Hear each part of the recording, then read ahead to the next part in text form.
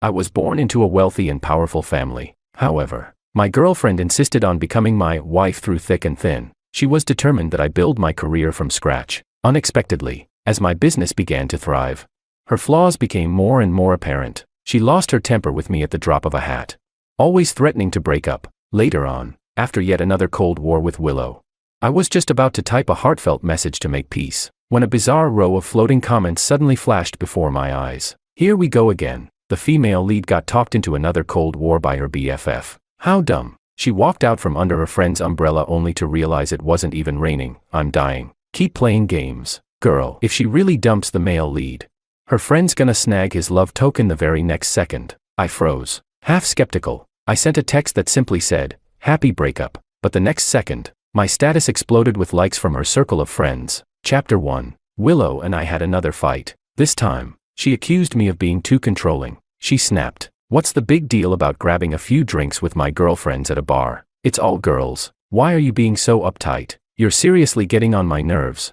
Willow's tone was extremely impatient. It was already 11:30 p.m. I said, "It's really late. I'm just worried it's not safe out there. And your stomach's been acting up. You really shouldn't drink much." But clearly, Willow didn't care. I could vaguely hear her friends grumbling on the other end of the line. "Willow, your boyfriend's got a real chokehold on you. Huh? Treating you like he owns you.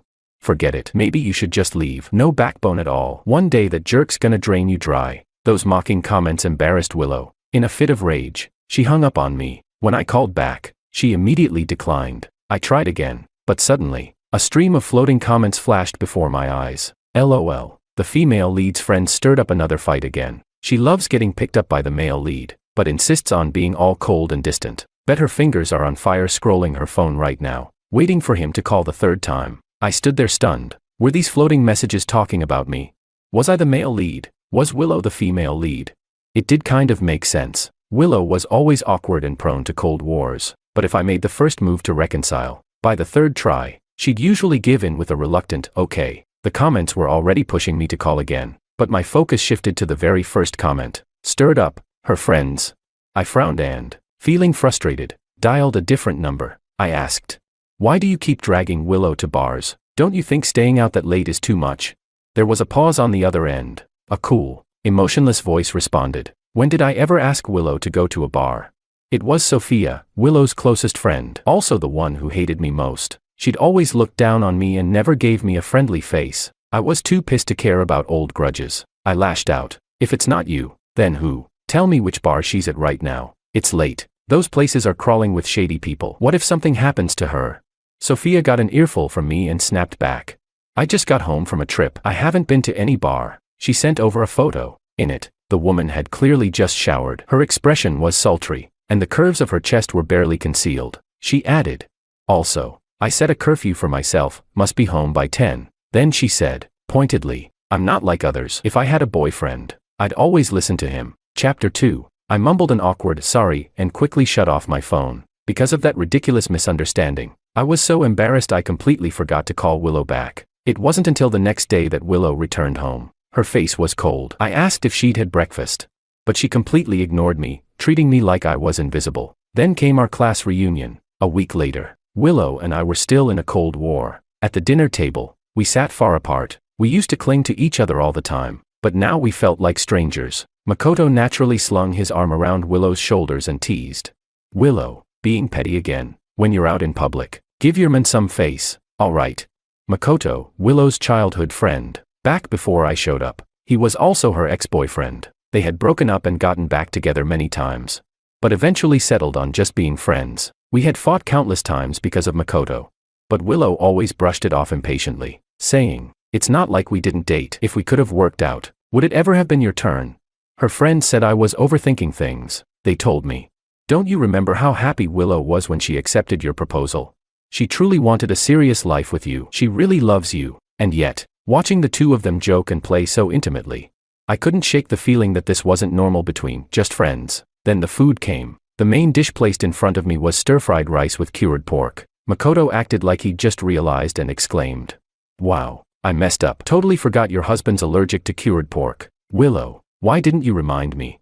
He then generously offered to swap his seafood rice with mine. He said, "The waiter told me it's the last one." Whatever. Your man loves seafood, he can have it. He made me sound like some kind of bully. Like I snatched something just because someone else liked it. Even though it was just a cheap plate of seafood rice. I was about to refuse when Willow suddenly cut in.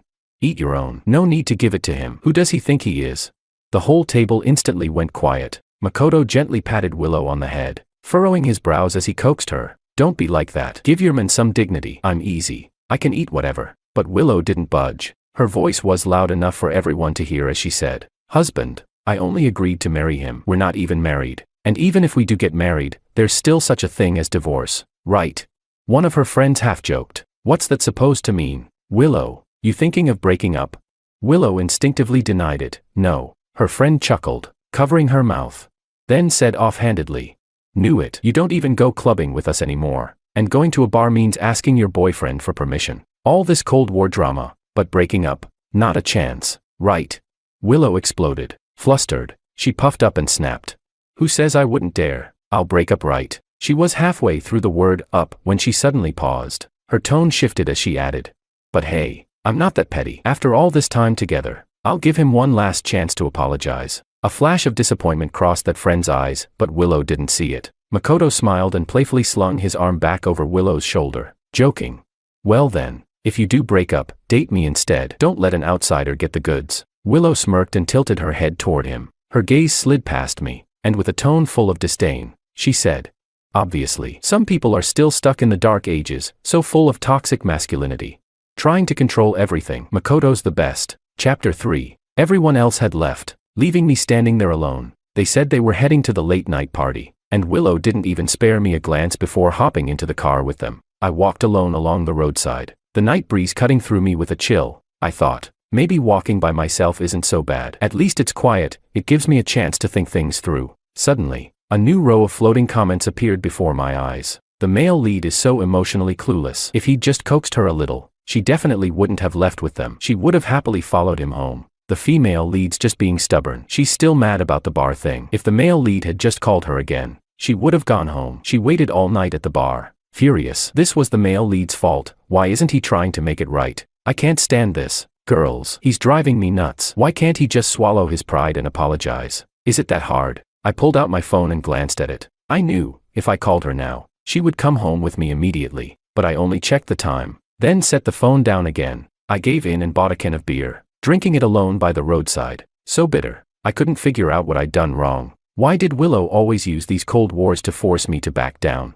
I used to think it was just her personality, but it wasn't. She never threw tantrums at anyone else. Even when friends scolded her for no reason, she'd wonder if it was her own fault, and then try to please them. She didn't have a bad temper. She just had a bad temper with me. Every time she got angry, she'd use the word breakup to provoke me, because I'd always give in. But this time, she miscalculated. I walked for 3 hours and finally arrived at the gate of our residential complex. Even though I was so exhausted I nearly passed out, I still didn't call Willow. Chapter 4. When I got back, I packed up my things and moved out without hesitation. For the next 3 days, I didn't message Willow once. Then, surprisingly, she took the initiative to call. In a cold voice, she said, "Hey, pick me up at 8 tonight. I need you to take me to a dinner event." Even though her tone was chilly.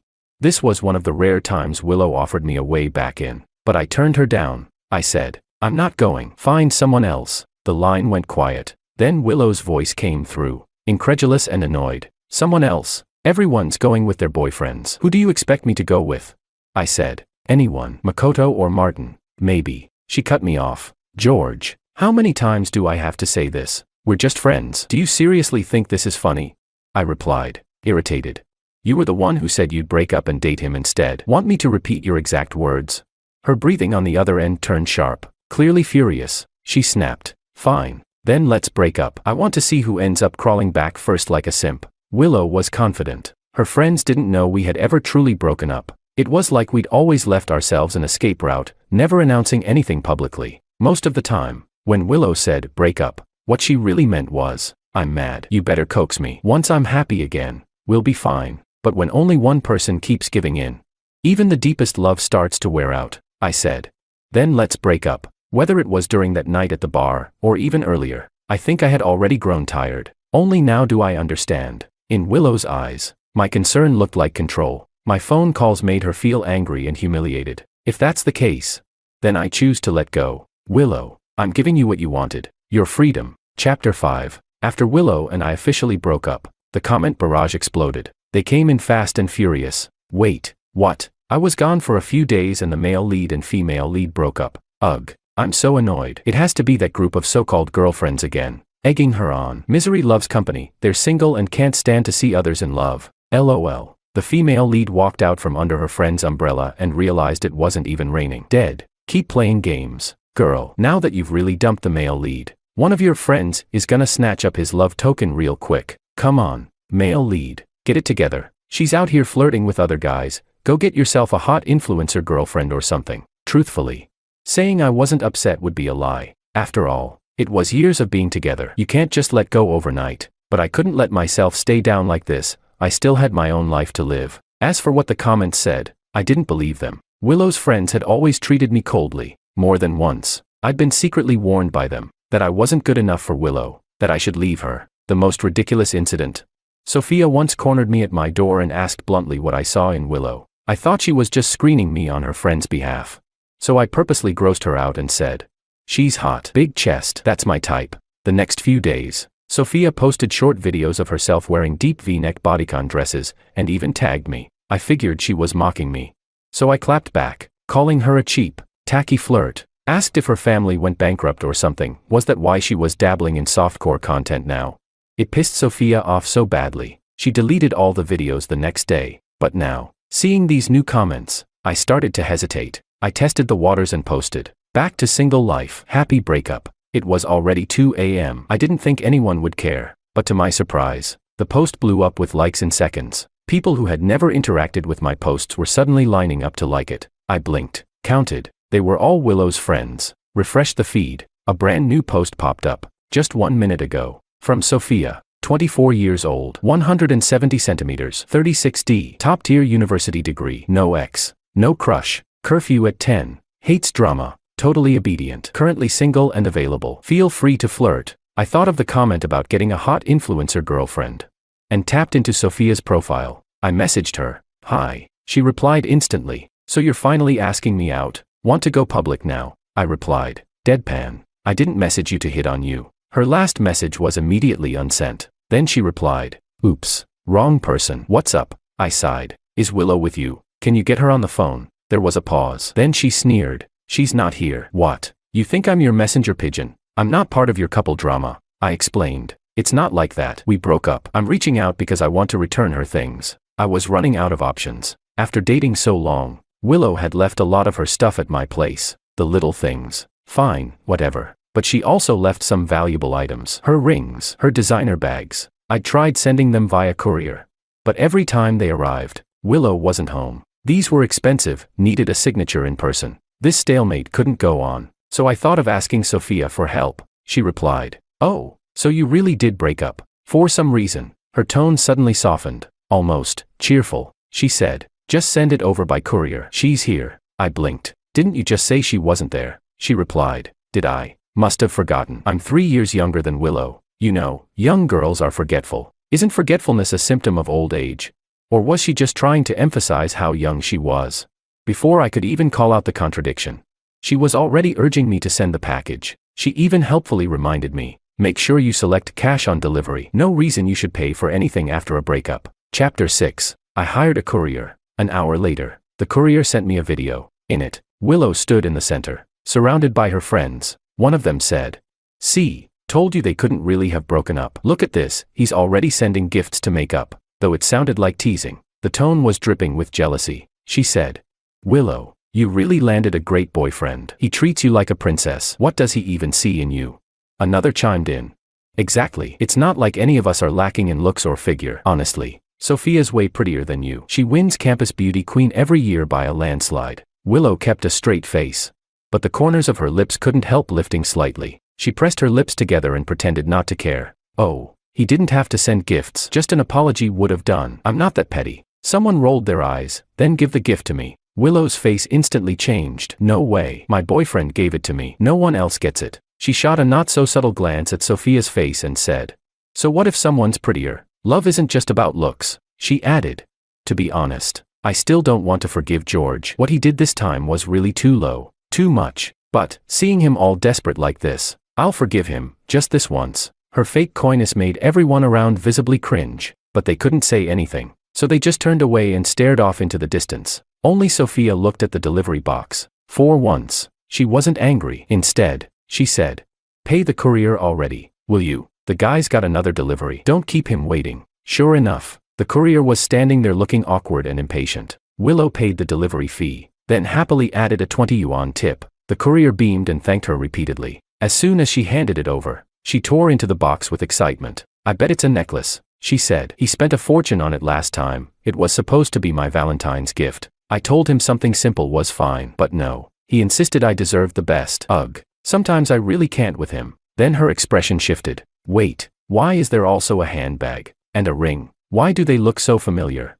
The more she pulled out, the worse her face looked. Item after item came out, until finally, she found a small box. Inside was a wristwatch. The day Willow accepted my proposal, I held her and joked, "I feel like the happiest man in the world right now. I wish time could just stop, so I could keep this moment forever." Willow had smiled so brightly. She said, "Then I'll give you a happiness that never fades." It was the only gift Willow ever gave me. A stopped watch, frozen at the exact moment I proposed. So I thought Willow truly loved me, but I was too young then. I didn't know love had different weights. Didn't realize that Willow's jealousy, sensitivity, stubbornness, and pride all came before love. A watch might stop, but the one wearing it can still let go, because for me, dignity and trust come before my love for Willow. Chapter 7. In the video, Willow was furious. She didn't care about the value of those things at all. She smashed them like they were her worst enemy. One of her friends tried to hold back a laugh while comforting her. "So what if it's a breakup? Three-legged toads are hard to find,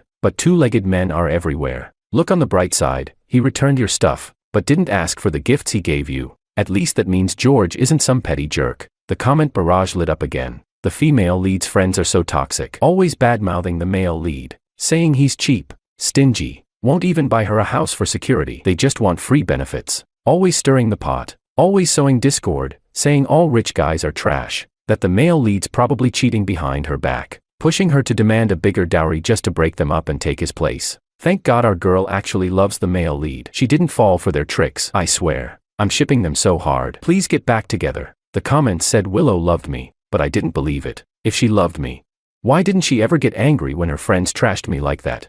She was always so chill with them, never lost her temper. Even when they slandered me behind my back, she stayed close to them, told them everything about our relationship, down to the pettiest little fights. That kind of so-called love the comments talked about. It's nothing but a castle in the air, a beautiful illusion, like moonlight in water. That night, Willow made it official on social media. She and Makoto were now a couple. Her post read, "After everything, the one I love most has always been right beside me." As if aiming it at someone, she added, "Even if someone regrets it, I won't forgive him. This is the price he pays for what he did." All her friends, except for Sophia, liked the post in perfect unison. A minute later, Sophia posted her own status. "What a slut. Absolutely disgusting." Willow immediately commented with a question mark. Sophia replied, "Didn't say it was about you." Willow followed up, "I didn't say it was me. I just asked who you meant." Sophia, "Don't mind it. Oh, by the way, guess what? I might be starting a new relationship." Sophia again, "Didn't you see? I said I'm about to start dating someone."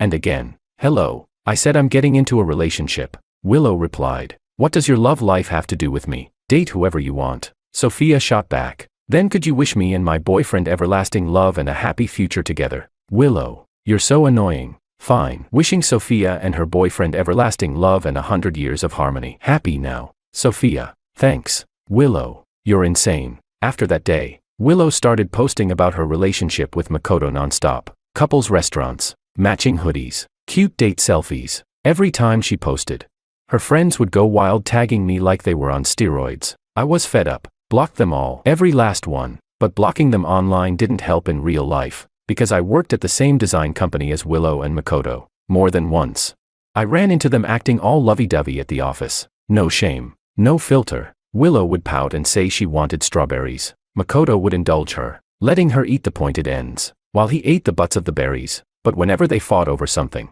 Makoto never tried to smooth things over. It was Willow who always lowered her head and apologized first. Watching them felt like watching my old self. Except I wasn't Makoto, I was Willow. I was the one who always bent over backwards. Always the one who made peace. Chapter 8. A few days later, A major client was visiting the company. He had just built a new office building and hired our firm to do the design. Originally, the project was mine. I was the top performing employee and also the strongest designer on the team. But my supervisor and Mr. Liu, the father of Willow Liu, were old acquaintances. He had watched Willow grow up. Willow went to ask him for help. And just like that, the project was handed to Makoto, who had only been with the company for less than 2 years. My supervisor said, "George, Makoto's new. He needs this project to establish himself here. You've been around long enough, you don't need the opportunity. Let him have it." And just like that, I was forced to step aside, missing out on a crucial step toward a promotion. Willow probably knew how much this project meant to me, but she didn't care. She went out of her way to pull strings for her childhood sweetheart, yet demanded that I work hard and not rely on my family's business. I used to be manipulated by her so-called belief in earning everything on your own, but now I've come to realize, whether or not relying on family is okay, that's up to the family to decide. And Willow using her connections to help her boyfriend's career, it just made her double standards painfully obvious. Looking back, I find it almost laughable. When I came back into the office with my coffee, the first thing I heard was a long sigh. Makoto was shaking his head, looking helpless. He said, "George wouldn't do something like this. There must be some mistake. He couldn't have deleted my design files on purpose." The people around him immediately jumped in, offering sympathy while fueling the fire. "George was the first one in this morning, and you came second. Who else could have gotten into your computer? Come on. He's been eyeing this project for ages. Then the company gave it to you. Of course he's bitter. This is so low. The client is coming any minute now and the design files are gone. He's ruining our company's reputation." Makoto kept up the act. "It's my fault. I worked late last night and forgot to take my laptop home. If I'd kept it with me, this wouldn't have happened." With just a few words, his regret, their concern, they were already pinning the crime on me. I let out a laugh. I looked around coldly and said, "I didn't delete anything. Check the security footage if you don't believe me. I never touched your computer." Makoto's hand froze midair. Someone immediately jumped in. "Everyone knows Makoto's desk is in the corner. That camera's been broken for ages. If you're going to deny it, at least try harder." I asked. "So it's broken and there's no proof. Then why are you all so quick to accuse me?" A snide voice replied. "There were only 2 people here this morning, you and Makoto. If not you, then him. This is a major client. If things go wrong, someone could get fired. Who would take that kind of risk with their career?" The others quickly agreed. Makoto gave a bitter smile and said, "If you really wanted this project, I could talk to the higher-ups. We could co-lead it." "George, why would you do this? I worked so hard to get into this company. I really value this job." "Worked hard?" I almost laughed out loud. He got in through personal connections. What was so hard about that? The gossip around me grew louder and uglier. Everyone was piling on, ready to accuse and insult. Just as someone stepped forward, looking like they wanted to hit me, Willow walked in. She rolled her eyes at me and said with contempt, "George, I know you're bitter about me and Makoto. But this is just pathetic. If you can't have something, you destroy it. You're disgusting." That one sentence sealed the narrative. Worse yet, I had no evidence, nothing to defend myself with. After a moment of silence, I looked at Makoto. "What do you want me to do?" He hesitated, then said, "I don't want anything, just an apology. Just an apology." How generous he made himself seem. I smiled and said, "I'm not apologizing to you." Willow couldn't help stepping in. "It's just an apology. Makoto isn't even holding you accountable for the damage." "George, you're seriously ungrateful. What do you want? To be fired?" I cut her off. "You think I want to stay in this company? You think I need this company?" I tore the badge from around my neck and said, "One word at a time. Listen carefully. I wasn't fired. George, am quitting because I looked down on you. Makoto." I looked around at my co-workers, people I had spent every day with. They all avoided my gaze. They knew what kind of person I was. But now that Makoto had the client and was clearly on the rise, they couldn't wait to suck up to him, twisting truth and logic along the way. I said, "I have no desire to work with people like you anyway." Willow reflexively asked, "Then where are you going?" I answered calmly, "Abroad." Top firms overseas had extended offers to me long ago. The only reason I stayed in China was Willow. When she heard that, her face went pale. She sounded stunned, almost desperate. "You're leaving? You're quitting because of the company, or because of me? George, how could you be this heartless?" After that breakdown, Willow's voice slowly leveled out. She let out a cold laugh. "I doubt any company would hire someone who sabotages a coworker over a personal grudge. You'll get the job offer, sure, but the minute you do, this story's going to every inbox in that company." I rubbed my temples. "What's the point of saying all this? Where's your proof? You can't prove I did anything." Willow kept pressing. The corner camera's been broken for ages. Can you prove you didn't do it? Everyone here saw it. You've got more than enough witnesses to your pettiness. I was speechless. I couldn't believe how ignorant and shameless they all were. I was just about to fire back, when a clear, light voice cut through from behind. Who said the camera was broken?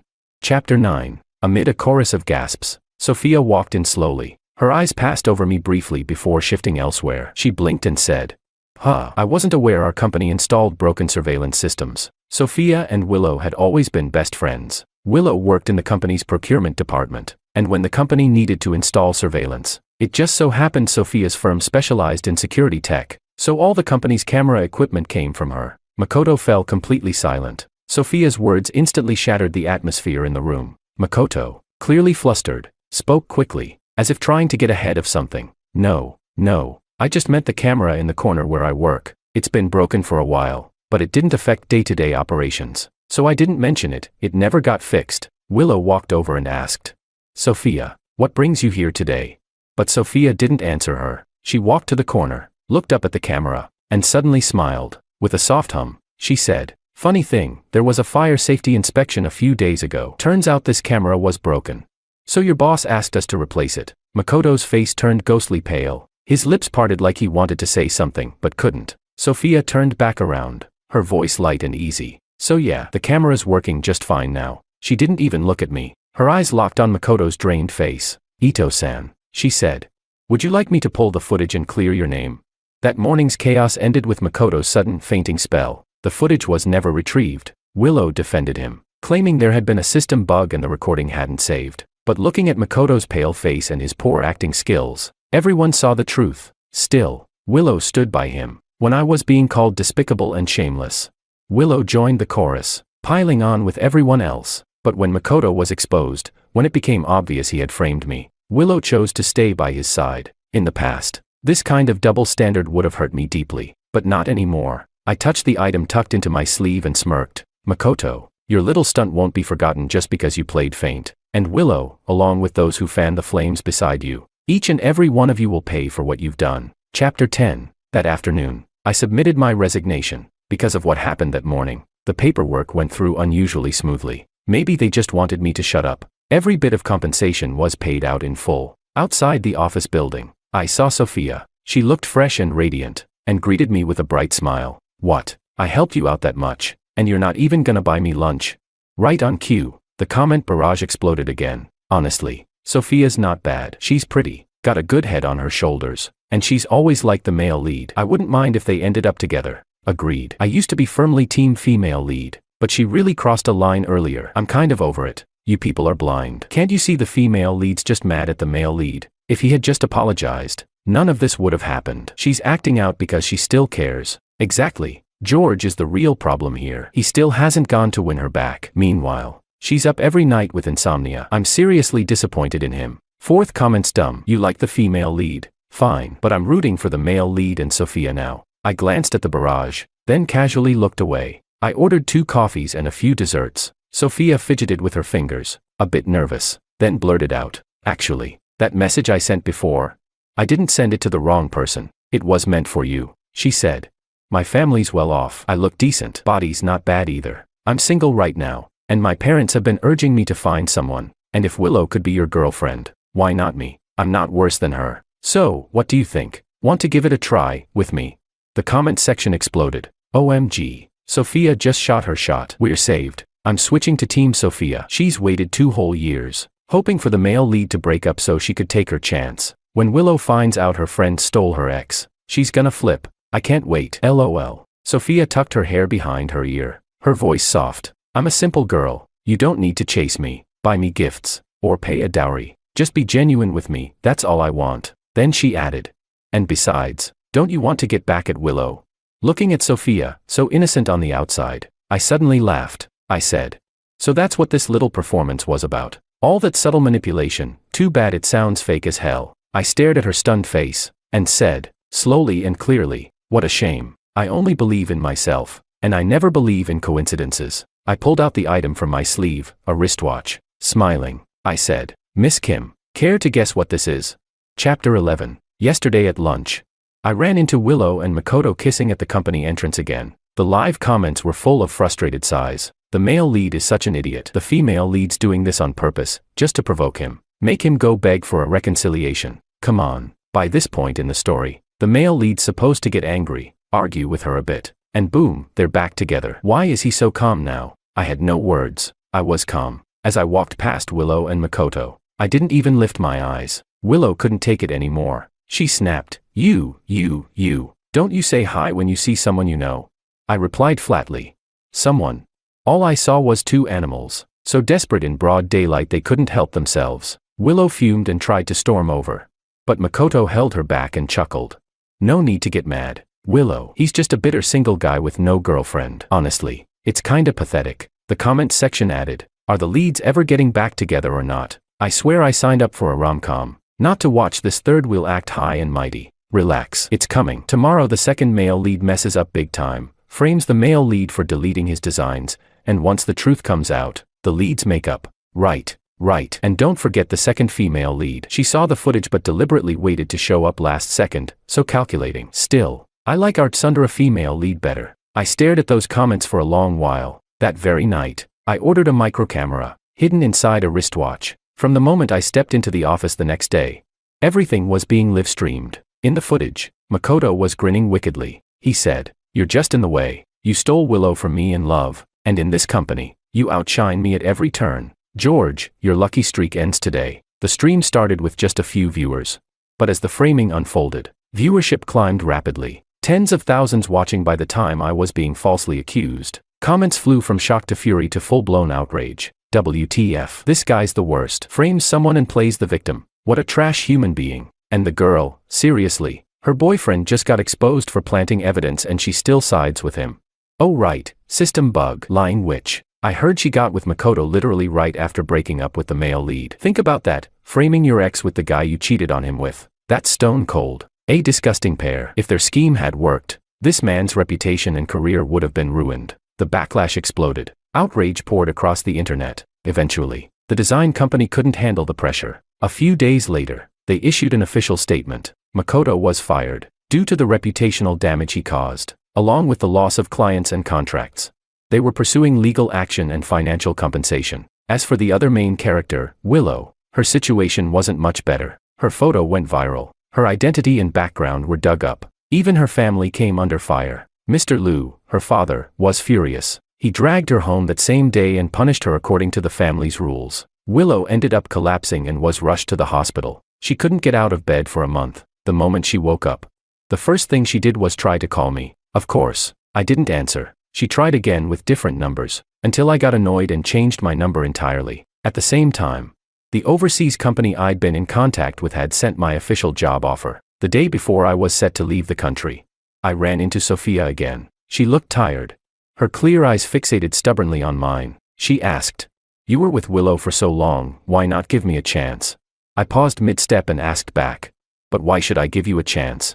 Willow and I did have a good time once. We were still young, inexperienced, and I believed her when she told me to move out and make it on my own. She stayed by my side back then, lived with me in a damp basement apartment that cost $500 a month. On dates, we only ate cheap street food with big portions. Once I started working, my income grew, and my future looked bright. I really thought I had found the right person, but problems started creeping in. I gradually realized the flaws in Willow's personality. She always lost her temper at me, always chose to believe her friends over me. I thought that as long as I showed her love, I could hold our relationship together. But it turns out, that's not how it works. No relationship can survive on just one person's effort. If you ask me whether I regret it, I'd say yes, but sometimes, I also don't. When I love, I'm brave, I'm bold, I'm passionate, and that has never been a flaw. A single failed relationship can't destroy the rest of my life. It also doesn't get to define me as a person. Not completely. I know how to give love, and I know when to walk away. When I love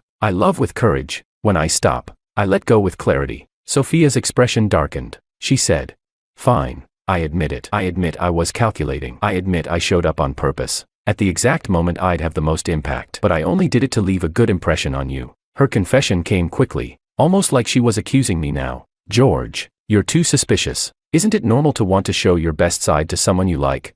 I gave a light laugh and asked.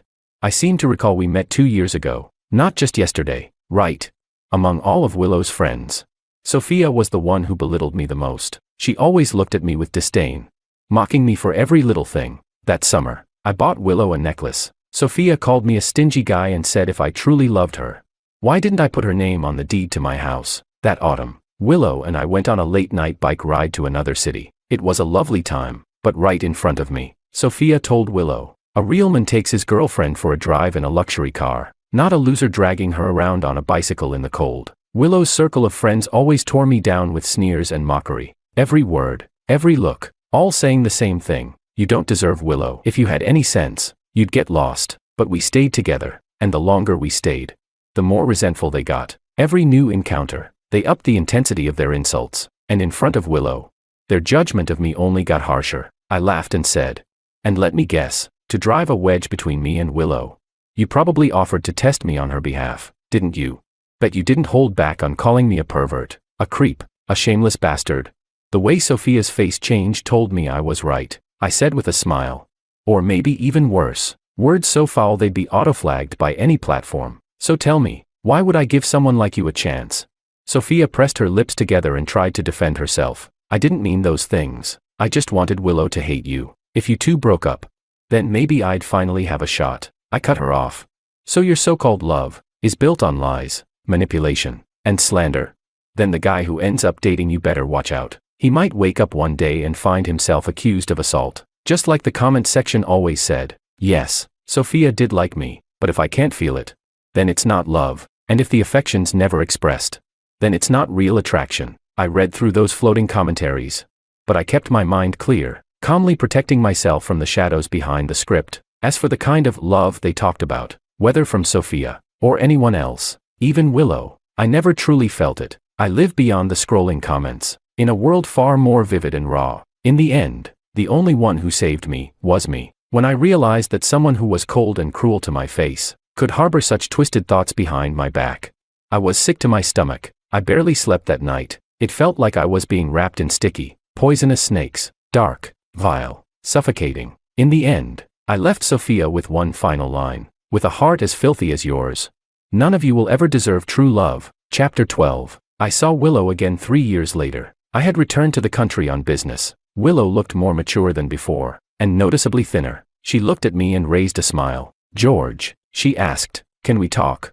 I turned her down. There's nothing for us to talk about, I said. The calm she tried to maintain cracked in an instant. Her voice trembled. George, you must know by now, it was Sophia and the others stirring things up. That's why we broke up. Why we've been apart all this time. I nearly laughed. Oh really? I said. You kissing Makoto, was that part of their plan too? Did they force you into that? Willow's face flushed bright red. She said, they told me you didn't seem trustworthy, that if I didn't do something, you'd never take me seriously, that it would make you feel threatened. So you'd focus all your attention on me. Stop looking at other women, stop fooling around. I cut her off, expression blank. So what you're saying is, you cheated on me, to prevent me from cheating. She pressed her lips together. That's not what I meant. I know I was wrong, but are you saying you didn't make any mistakes at all? I stood up and slapped her hard across the face. Through clenched teeth, I said, what did I do wrong? This slap is because you have no brains and can't tell right from wrong. Then came a second slap, backhand. Willow flinched but didn't move away. That one, I said, is for your hypocrisy. You crossed the line with another man but blamed me for it. My palm stung. So the third slap, I used my left hand. Smack, I growled.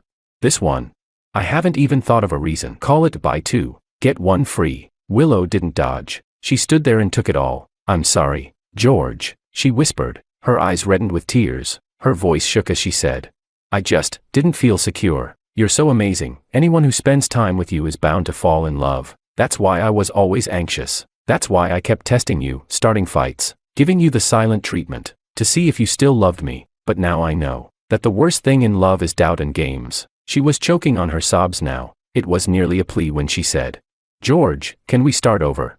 I looked at her, her eyes full of hope, and shook my head. No. If I were to forgive just because she repented, if an apology were enough to erase everything, then I would be betraying the version of myself who took years of sleepless nights to wake up. I turned away cleanly, even as Willow screamed behind me, desperate and broken. I didn't look back. There are always moments in life where we regret the past. It takes years to realize which misunderstandings and missed chances truly mattered, but once something's missed, it's missed. Time passed, and spilled water can never be gathered again.